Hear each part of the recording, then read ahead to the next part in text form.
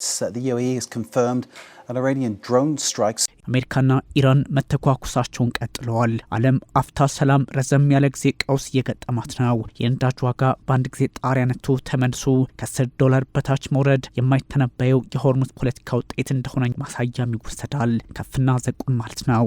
አዳሩን ዋሽንግተን በቴህራን ከተሞች ላይ ጥቃት ስታደርስ ኢራን በምላሹ የአሜሪካን የጦር መርከብ ኢላማ በማድረግ ወታደራዊ እርምጃ ወስዳባታለች። ለዚህም ነው ተኩስ አቁም ወይስ ጊዜ መግዣ፣ ሆርሙዝ ሊከፈት ወይስ እስከ ወዲያኛው ሊዘጋም፣ የሰርጡ ጠባቂዎች ገልፎች ወይስ ኢራን፣ አሜሪካ ሊያም ቻይና የሚለው ምላሽ የሌለው ግን ለይስሙላ የሚጠየቀው ጥያቄ ዓለምን እያወዛገበ እንደሚቀጥል የቀጠናውን ፖለቲካ ጠንቅቀው የሚረዱ ተንታኞች ደጋግሞ የሚያነሱት። ፕሬዚዳንት ትራምፕ ኢራን ብትስማማ ጥሩ፣ ያን ማድረግ ካልቻለች ግን የሚፈጠረውን እንጃ ይላሉ። በትራምፕ ተደጋጋሚ ዛቻ ላለፉት 71 ቀናት ጆሯቸው የደማው የኢራን ፖለቲከኞች ደግሞ የተለመደ መግለጫ ያሸብረን ባዮች ናቸው። ፕሬዚዳንት ዶናልድ ትራምፕም የተለመደ ዛቻቸው የኢራን በሚል ምላሽ ይሰጣሉ። በሁለቱ ኃይሎች ሰጣ ገባ ኢኮኖሚያዊና ፖለቲካዊ ዋጋ ከፋዩ የዓለም ሕዝብ ቢሆንም ቀጥተኛ የሚሳይሉ ሰለባ ኢራንና እስራኤልን ጨምሮ ገልፉ አሊያም በጥቅሉ አረቡ እየሆነ መጥቷል። ምንም እንኳን ተኩስ አቁሙ አሁንም እንዳለ ነው ትራምፕ ይበሉ እንጂ እርስ በርስ መጠቃቃታቸው የስምምነቱን እርባና ቢስ አካሄድ የሚጠቁም ነው ሲል አልጀዚራ አስነብቧል። ዋሽንግተን ቴህራን ሚሳይሎችን፣ ሰው አልባ አውሮፕላኖችና ትናንሽ ፈጣን ጀልባዎችን ተጠቅማ 3 የጦር መርከቦችን አጥቅታለች በሚል ስትወቅስ ፕሬዚዳንቷ ትራምፕም ዛሬ ላይ ኢራን ክብራችን ላይ አደጋ ደቅናለች በሚል አረጋግጠውታል። ቴህራን በበኩሏ በአንድ ከፍተኛ የጦር አዛዡ አማካኝነት ዋሽንግተን በነዳጅ ጫኝ መርከብ ወደ ሆርሙዝ ሲጠጋ በነበረ ሌላ ተጨማሪ መርከብ እንዲሁም በሆርሙዝ ቁልፍ ባህር ዳርቻዎች ላይ ጥቃት እንደሰነዘረችባት ይፋ አድርጋለች። ዓለም ልታውቅልን ይገባል በሚልም በምላሹ ከሳለች። የባህር ኃይል ነጻነትንና ደህንነትን ጠባቂ አድርጋ ራሷን ለመሳል የህግ የፖለቲካና ሞራል መሰረቱ የላትም። ዓለም አቀፋዊ የስህተት ተግባሯን የሆርሙዝ ሰርጥን በመዝጋት ቀጥላለች። የኢራንን የንግድ መርከቦች እንደ ባህር ላይ ወንበዴዎች በመያዝ እንዲሁም አባላትን በማገት ህገወጥ ተግባር ላይ ናት። ይህ አደገኛ ውጥረት ዓለም አቀፍ ህግን ይጥሳል፣ የመንግስታቱ ድርጅት ቻርተርንም።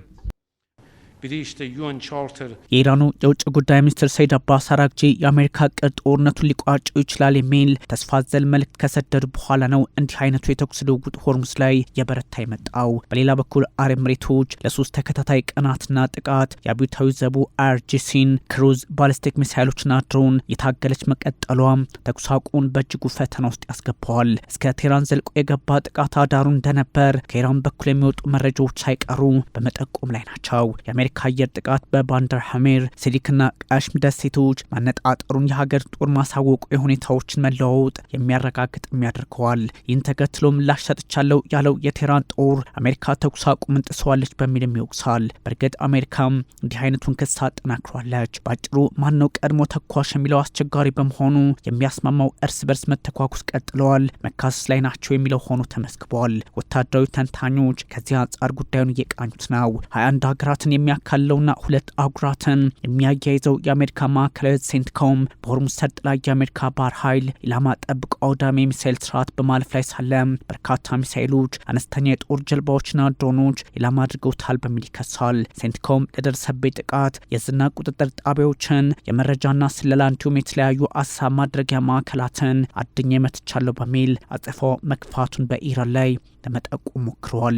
እዙ ውጥረት ማርገብን እንጂ ማባባስን አልፈልግም በሚል ለየትኛውም ጥቃት ቦታዬን ይዤ እጠብቃለሁ፣ ምላሽ ግን ይከፋል በሚል ያስገነዘበ ይገኛል። ትራምፕም ቢሆን በፍጥነት ወደ ድርድርና ስምምነት ኢራን ካልመጣች ከዚህ ቀደሙ በጠነከረም በማያወላዳና በከፋ መጠን እንዘምትባታለን ሲሉ ኢራን ላይ በትሩዝ ሶሻል መልእክታቸው ዝተውባታል።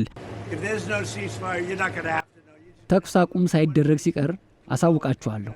ማወቅ አይጠበቅባችሁም። ተኩስ አቁም ከሌለ በኢራን በኩል ከባድ ነገር ሲመጣ ትመለከታላችሁ። በፈጠነ ስምምነታቸውን ቢፈርሙ ይሻላል። ንግግሩ በመልካም እየቀጠለ ነው። ግን መረዳት ያለባቸው የማይስማሙ ከሆነ እጅግ የበዛ ሰቆቃ ይገጥማቸዋል። ኢራን የተለመደ ዛቻ ብትለውም ፕሬዚዳንት ዶናልድ ትራምፕ ግን እስከ ወዲያኛው የኢራንን ፖለቲካ ለውጠዋለሁ በሚል ቀጥለውባቸዋል። በፈጠነ ይስማሙ ካልሆነ በብርቱ ይመታሉ ነው ጥቅል መልእክቱ የሪፐብሊካኑ። በአሁኑ ጥቃት ላይ ደግሞ እስራኤል ምንም አይነት ጣልቃ ገብነት እንደሌላት መረጃው ይጠቁማል። ግን ደግሞ ተላቪቭ በጉዳዮች ላይ የተለያዩ ፖለቲካዊና ወታደራዊ ስሌቶችን እየሰራች እንደሆነ የኢራን ፖለቲከኞች ይገነዘቡታል። በተለይም ባለ 14 ነጥቡ የመግባቢያ ሰነድ ኢራን ስለ ኒውክሌር ያላትን ጥያቄና የአሜሪካን አቋም መሰረታዊ በሆነ መንገድ ፖለቲካዊ ቅርጹን ለመለወጥ በር ይከፍታል ቢባልም በተኩስ መታጀቡ መፍትሄው ሩቅ ሊሆን እንደሚችል ይገመታል። የተስፋው ሰነድ መሬት ላይ የሚያርፍም አይመስልም። ኢራን በየትኛውም ሁኔታ ጥቅሟ ከተነካ ምላሽ ለመስጠት ጣቷ ምላጯ ላይ መሆኑን የቴህራኑ ፓርላማ ቁልፍ ብሔራዊ ደህንነትና የውጭ ፖሊሲ ኮሚሽን ቃል አቀባይ ኢብራሂም ረዛኢ ግልጽ ማድረጋቸው ዋሽንግተናውያኑና ቴህራናውያኑ ይስማማሉ ተስፋ አለው ለምትለው ኢስላማባድ አዲስ ፈተና ሆኖባታል። ትኩረት የማይሰጠው ከሆነ እኛ በጦርነቱ ዋጋ ከፍለን ቢሆን ሆርሙዝ ሰርጥን አሳልፈን አንሰጥም። አሜሪካውያን መረዳት ያለባቸው የሆርሙዝ ሰርጥ ቀይ መስመራችን መሆኑን ነው። ትራምፕ በተደጋጋሚ ኢራን ኒውክሌር እንደማትታጠቅ ገልጻልናለች ይላሉ።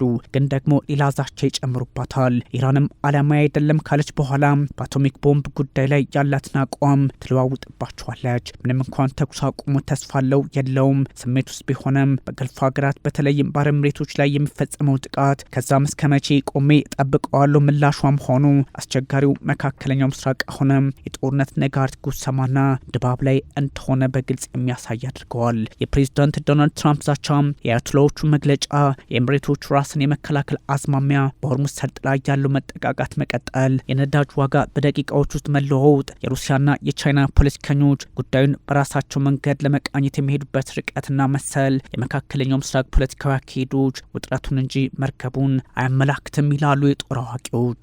የቀጠናው ጦርነት እጅግ ፈታኝ ሆኗል። በባህረ ሰላጤው ጦርነት የተነሳ የዓለም የምግብ ዋጋ ጭማሪ ማሳየቱን የመንግስታቱ ድርጅት የምግብና እርሻ ድርጅት ተብሎ የሚጠራው ፋኦ በግልጽ አስቀምጧል።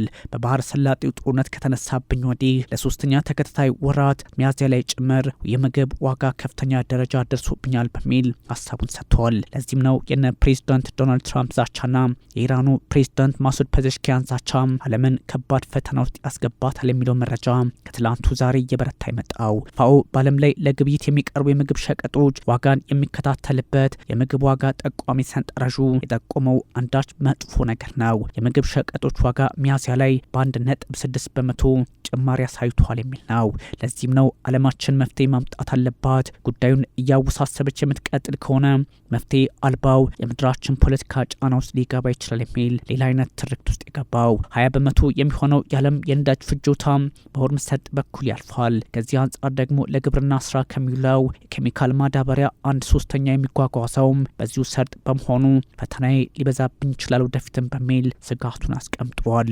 በሌላ በኩል የተባበሩት አረብ ኤሚሬቶች የነዳጅ ጫኝ መርከቦችን በድብቅ በሆርሙዝ ሰርጥ ማሳለፏን አንዳንድ መገናኛ ብዙሃን መዘገባቸውን ተከትሎ በኢራንና በአረብ ኤሚሬቶች እንደዚሁም ደግሞ በቀጠናው ሀገራት መካከል ያለው ልዩነት እያሰፋ ይመጣል ተብሏል። የኤሚሬቶችና የነዳጅ ምርቷን የሚፈልጉ ገዢዎች ድፍድፍ ነዳጅ የጫኑ መርከቦች አቅጣጫ ጠቋሚ በማጥፋት በኢራን ጥቃት ሳይፈጸምባቸው በሆርሙዝ ሰርጥ ማለፋቸውን የሮይተርስ ዘገባ ይጠቁማል። ሮይተርስ ይህን ዘገባ ቢያወጣውም በበርካታ አጋጣሚዎች አረብ ኤሚሬቶች እንዲህ አይነቱን የፖለቲካ ሂደት አትከተለውም የሚል መረጃ እዛው ገልፍ ላይ እየወጣ ነው። የኢንዱስትሪ ምንጮችን አግኝቻለሁ ይላል። የመርከብ ጉዞ መረጃዎችን ዋቢ ያደርጋል። ዘገባው እንደሚያሳየው ደግሞ አቢዳቢ ናሽናል ኦይል የተሰኘው ኩባንያዋ በ4 መርከቦች የተጫነ 6 ሚሊዮን በርሜል ድፍድፍ ነዳጅ አጓጉዟል ነው ጉዳዩ። ይህ ደግሞ ሌላ ትርጓሜ ያለው ብላክ ፍሊት ወይም ደግሞ ራዳር እያጠፉ የሰላማዊ አገርን ሰንደቅ ዓላማ እየያዙ መጓጓዝና ህገወጥ እንቅስቃሴን ታሳቢ የሚያደርግ ነው። እናም አረብ ኤሚሬቶች ኢኮኖሚዋን በዚህ መንገድ እየጠቀመችው እንደሆነ ይነገርላታል። የአረብ ኤሚሬቶች እንደዚህ አይነት እንቅስቃሴ በተለይም ሌሎች ሀገራት እንዲከተሉት በር ይከፍታል የሚል ፖለቲካዊ ዝንባሌም እንዳለው ይቀመጣል። ሁለተኛም ጭነቷ ተንቀሳቅሷል። በሰርጡ አካባቢ ከሚደረገው ጉዞ በተጨማሪ በኦማን ውስጥ እንዲከማቹ ማድረግን፣ ሌላ ተጨማሪ ሶስተኛ በቀጥታ ደቡብ ኮሪያ ነዳጅ ማጣሪያዎች እንዲጓዙ ማድረግንና ከስጋቱ ነጻ መሆንን ታሳቢ ያደረገ እንደሆነ እየተነገረ ይገኛል። በአሁኑ ሰዓት ኢራን ጥብቅ መረጃዎችንና ጥብቅ የሆኑ የቁጥጥር ሂደቶችን እየተከተለች እንደሆነ ማሳየው ደግሞ በባህር ሰርጡ መተላለፊያ ላይ የሚያልፉ መርከቦችን የምትቆጣጠርበት እንዲሁም ግብር የምታስከፍልበትና የምትሰበሰብበት የመንግስት መስሪያ ቤት ማቋቋማ ነው። ለዚህ አይነቱ እንቅስቃሴ ደግሞ የመርከብ ጉዞ መረጃን ኩባንያዎች እንዲይዙ ይደረጋል። ከዛም ባሻገር ለቴህራን ይከፍላሉ ነው ጉዳዩ። ይሄኛውን አጋጣሚነት ፕሬዚዳንት ዶናልድ ትራምፕ በተለየ የፖለቲካ አካል ሊመለከቱት ይችላል ቢባለም እጅግ አስቸጋሪ ነው። ሆርሙዝ በመዘጋቱ ያልተነካ የለም። 1500 መርከቦች አሁንም እዛው ተዘግተው ተቀምጠዋል። የነ ፕሬዚዳንት ዶናልድ ትራምፕ ሀሳብ ሲሆን ኢራን በበኩሏ እኛን ሳያስፈቅድ የሚንቀሳቀስ ካለ በሆርሙዝ ሰርጥም ይሁን በገልፍ አካባቢ ይመታል የሚል አቋሟን በግልጽ አስቀምጣለች። አሜሪካና ኢራን የተኩስ ልውውጥ ሂደት ውስጥ ገብተዋል። ይህን ተከትሎ ደግሞ ዓለም ተስፋ ያደረገችበት አንዳች ጉዳይ ነበረ።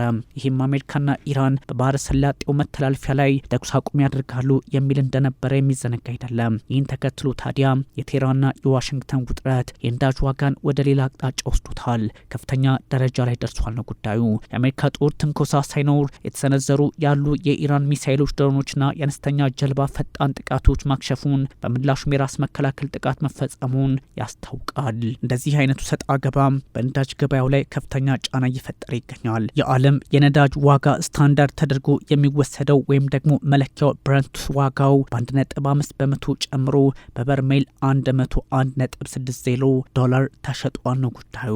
ይህ እጅግ አስቸጋሪ ነው። በአሜሪካ ገበያ የሚሸጠው ነዳጅ ደግሞ ዋጋው በ1.1 በመቶ ከፍ ብሏል። 95.87 ዶላር ሆኖ ተመዝግበዋል። ቢቢሲ እንደሚመዘግበው ከሆነ እንደዚህ አይነቶቹ አካሄዶች ሌላ መልክ ያላቸውና የዓለምን ፖለቲካ ከነዳጅ አኳያም የሚበጠብጥ ነው ብሎታል። ጉዳዩ እጅግ ውስብስብ ነው። የጉዳዩን መወሳሰብ ደግሞ ዓለማችን በተለየ አቅጣጫ የምትመለከተው ጉዳይ ሆኖ ለመፍትሄ የማይሰራ ከሆነ በእርግጥም ጭንቀት ይፈጥራል። ለምድራችን ሆኗል። የጀርመን ሚኒስትር ማለትም በሀገራችሁ ለተፈጠረው የኢኮኖሚ መቀዛቀዝ እጅግ አስቸጋሪ ሁኔታዎች መፈጠር የሪፐብሊካኑ ትራምፕ ኃላፊነት የጎደለው ውጥረትና በመካከለኛው ምስራቅ የፈጠሩ ጦርነት ነው በሚል መክሰሳቸውም እንደዚህ አይነቱን ጉዳይ እጅግ ሌላ አቅጣጫ ያሰጠዋል ተብሏል። የጀርመን ፋይናንስ ሚኒስትር ናቸው ይህን ያሉት። ፕሬዚዳንት ዶናልድ ትራምፕ ያካሄዱት ያለው ይህ ጦርነት ኃላፊነት የጎደለው በመሆኑ በሀገሪቱ ሊሰበሰብ ታስበው የነበረው ገቢ ወይም ታክስ በከፍተኛ መጠን እንዲወርድ አድርጓል ይላሉ። እናም ፕሬዚዳንት ዶናልድ ትራምፕ በሀገር ውስጥም በዴሞክራቶቹም አንዳንዴ በሪፐብሊካኖቹ ሲሻገር ደግሞ ለጀርመን ያሉ ሀገራት የተቿቸው ይገኛል። በእርግጥ ጦርነት ልክ ሆኖ ባያውቅም አሁን ባለው ሁኔታ ደግሞ እንዲህ አይነት ጉዳዮች ሌላ መልክ እየተሰጣቸው ይገኛል ተብሏል። ቴህራን የአሜሪካ ጦር መርከብን ኢላማ ያደረገችበት አጋጣሚ ዋሽንግተን ደግሞ በኢራን ከተሞች ጥቃት እንድትፈጽም በር ከፍቷል በሚል ራሳቸው ፕሬዚዳንት ዶናልድ ትራምፕ ማረጋገጫውን ለመስጠት ይሞክራሉ። በዓለም የፖለቲካ ሂደት ውስጥ አንዳንድ ጉዳዮች ላይ እንደዚህ አይነት አጋጣሚዎችን ተጠቅመው ሀብታም ለመሆን የሚፈልጉ አሉ። ለነሱ ደግሞ እኛ ምላሽ እንሰጣቸዋለን በሚል ሀሳባቸውን መስጠታቸውን ቀጥለዋል። የኢራኑ የውጭ ጉዳይ ሚኒስትር ሰይድ አባስ አራግቺ ጉዳዩ ቀላል አይደለም፣ አሜሪካ የፈጸመችብን ጥቃት ዲፕሎማሲያዊ አካሄዶችን ውጥረት ውስጥ የሚከት እናም አግባብ የሌለው ነው በሚል ሀሳባቸውን ሰጡ። የኢራኑ የውጭ ጉዳይ ሚኒስትር በተደጋጋሚ በዲፕሎማሲው መንገድ መፍትሄ ይመጣል ብለው የሚያስቡ ሰው ነበሩ። አሁን ግን እንዲህ ብለው በኤክስ ገጻቸው ጻፉ። Every time a diplomatic solution is on the table, the US opts for a reckless military adventure is a crude pressure tactic or the result of a spoiler once again dumping into another quagmire በሚል ሀሳባቸውን አረጋግጠዋል ማለት ነው። ጉዳዩ አሁንም መልኩን እየቀየረ ሊሄድ እንደሚችል ጠቋሚ ተደርጎም የሚወሰድ ነው።